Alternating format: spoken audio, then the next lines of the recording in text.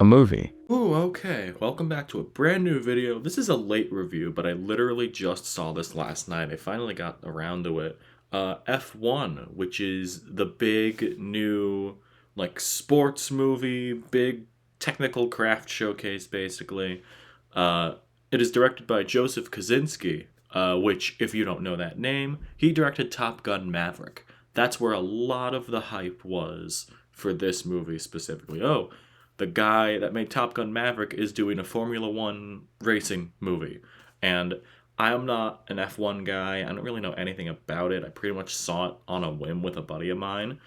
So I was curious to see how this would play as someone who's not really into this sport, especially since we do have a lot of stars here. Like Brad Pitt is in this. He's obviously the big star here. But we've got Javier Bardem is in this. Carrie Condon is in this. Damson Idris is in this. Who I gotta say, this is the first full thing I've seen him in. I've always seen him in clips of Snowfall, I think the show was. But he was really impressive to me in this. He was like the character and actor that stood out the most to me in this movie. But I'm going to be honest here. The story is not exactly pushing new boundaries. Here, Brad Pitt is a former, washed up driver who comes in the F1 to basically help this new team try and get on the board and eventually win a race. Because, I learned this when I was watching this. In F1, you always get a point if you score in the top 10. This team hadn't even scored a point until until now. So it's kind of like a redemption underdog story thing, which is cool to see as an intro for something like this that I do not know anything about. But the story didn't really do anything for me. And that's honestly, I'm not expecting a racing movie to do wild things with the story. I feel like with this kind of movie, especially with the kind of money being laid on the table for it, there's only so much you can do. So I'm not faulting that. But funny enough, I am going to use the hurry up tomorrow argument I did. I did a written review for this, and why I think that movie stood out to me as one of the better movies of this year, which I know is an unpopular opinion. I I really enjoyed the technical craft of that movie.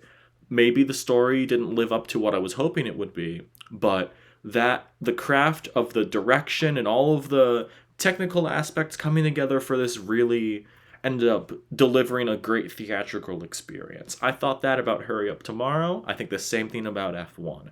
I think you could argue that this is the technically, at least from a filmmaking standpoint, behind the scenes, this is one of the best made movies of the year so far. There are so many honestly incredible shots mounted onto the different cars. You're seeing a lot of drone shots that zoom in onto the cars on different tracks, and they are going all over the globe for this. The last race in Abu Dhabi, that whole sequence is one of my favorite scenes of this year. It is really incredible stuff. There's the final lap, I think, is of that race is just phenomenal. I do think that this is some of the best cinematography of the year, hands down. And maybe because this is an Apple movie, this thing is sleek as hell. This is one of the only movies that I can think of where this had a big budget. I couldn't tell you specifically how much it is. It has to be over $200 million or something like that. Funny enough, I'm gonna look that up right now. I'm gonna look that up right now. F1 movie budget because I want to make sure what it is. Oh, between 200 and 300. Wow. Okay. So between 200 and 300 million dollars for this movie. Apparently, there's no hard number on it. It looks like it. I don't. It's the same thing with Top Gun Maverick, where there is a lot of visual effects in that movie, at least in Top Gun Maverick, because obviously there's so much you can do with, flying planes. Those things are moving fast, but a lot of that still was in camera, where they are mounting it to planes and Tom Cruise is flying that. honestly, I would argue that this is even more impressive because this is a lot of this is, Brad Pitt and Damson Idris driving alongside real F1 racers, to my knowledge, at least. And obviously, there's so many things that we would know, that the filmmaking magic, basically, of, combining effects and, real life elements to make effects like that. But it really won me over. I could not tell what were effects and what weren't. 'Cause yeah, even like the shots like that you saw in there with the zooming into the car. There's a lot of those shots, and they had to get so many takes of all of these races basically. And it's from that level, it is so so impressive that I would recommend watching it in theaters, whether or not I didn't get to see it in IMAX because it wasn't in IMAX anymore when I saw it. But if you can see this in a theater, that or like a really nice home setup once that goes on streaming on the Apple, this is really really impressive stuff. It is on that level of Top Gun Maverick. In some ways, it does surpass that, and I am very happy about that. However, the story and writing here, which I mentioned earlier, it's just not that strong. You've seen this kind of story before. That's not that bad, but I do have to say, this movie feels like, you know how Top Gun Maverick, that's the second movie to Top Gun that came out all those years ago. This feels like a sequel to a movie that Brad Pitt would have done in the early 90s, where he was like, an up and coming racer and stuff like that. I'm not going to spoil the story of this because you can see, you see very quickly what is going on.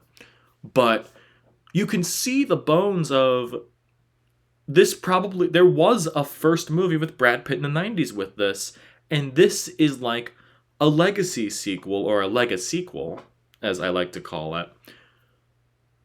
But that movie doesn't exist. It's fascinating. It's the same way of, if you watch Top Gun Maverick on its own, and you just don't like that's the interesting thing. You have that connection with the other characters in Top Gun Maverick because you had seen those characters before. I think that's the benefit of that movie being a sequel. And in Top Gun's favor, I do think that had the better overall story. I think it had a lot of really good acting in that movie as well, where I do have to admit, as much as I love Brad Pitt and Carrie Condon and Javier Bardem, it really does feel like they're coasting in this movie. Damson Idris is really killing it, though. I'll give him that. But it feels like they're just kind of coasting in this movie, and a story like this needs, like, if you want to stand out, and especially with such incredible technical aspects, I feel like you got to give it your all here. And maybe it's because Brad Pitt was actually driving and all that energy went into that. I'm not entirely sure. Maybe that's my little crackpot theory. But that I feel like that had so much more going on with Top Gun Maverick. And it really benefited from having a genuinely really good story, and F1 just didn't have that. So basically what I'm saying is, if F1 had as good bones to the story as it did for Top Gun Maverick, and the great racing sequences, we could have been in for an all-timer. And I'm not saying that this is a bad movie. I would actually really recommend you watching this. But it's tough. You could see the potential there for an all-timer, especially whenever they're racing. Even in the smaller races, like even when you open with some of the smaller races and you build up to that big final race, it is very like you can see the vision there. You can see what it's going for, and it came close. I'll give it that. But I will say another nitpick of mine is, this is a huge movie. It actually has a soundtrack album, which I had heard some of, because I know like Don Toliver has a song, or Rosie from Blackpink has one. I think Ed Sheeran has the credits song, but they dropped a lot of these songs into the movie. some of them during the races. And there were some parts of the movie where, personally, I would have liked to have the music drop out and just hear, the sounds of the race. Where they did some of that, and it's just, I wanted to hear more sounds of the race and not just like a soundtrack. As much as I like Chris Stapleton, I kind of want to hear the races. But also, you know what I will say? Hans Zimmer's score for this, like, the original score that's in here, is actually pretty good. Very much going in the techno route for this. It reminded me of Trent Reznor and Atticus Ross's score for Challengers a lot, which was interesting to see Hans Zimmer take that route and blend some more of, like, the cinematic classical stuff as well. But very techno. I hadn't heard of Hans Zimmer doing this kind of score before, but I would love to see him experiment more in that lane. And I guess, yeah, that's really all I have to say about this. I guess to sum it up, I'll pull that up. Can we get that? There we go. Take down the the thing. Overall, I think F1, as someone who is not really into the sport, I thought this was a very fun watch. I think it really is carried by the incredible racing sequences, as well as Damson Idris really just killing it in, like, the rookie hotshot role. But it's not breaking new ground in the story. It's kind of just, going on its own way and figuring out, like, is Brad Pitt the old timer gonna go and race again? It's stuff like that. And it gets the job done. It's not that it's bad. It's crazy that, Aaron Kruger, the writer of this, also wrote, I think, one of the Michael Bay Transformers movies, and then also wrote Top Gun and this. So, hey, you can make it in the world. But no, just I am pleasantly surprised by this. I didn't think I would be too blown away by it, but all of the racing sequences in this kind of made it worth watching alone. Even if it's like in a smaller theater, if you have a nice home setup, or just on TV in general. This is a good watch. So I think I'm going to give F1, or technically F1 the movie, I guess that's what it's called, I'm going to give it a B+. I was really satisfied with it. More than I thought I would be. But so I guess if you're into just sort of sports movies and a good underdog story in general, this is one of the better ones that have come out recently. And don't let, if you're not into F1 or any sort of racing whatsoever, don't let that be a barrier for this movie. I'm not. I had a really fun time with it. I got to the point where, yeah, I know it's like the critic quote, but during that final race, I was on the edge of my seat. They won me over. So, yeah, F1, the movie, I guess. And that is going to be the end of the video.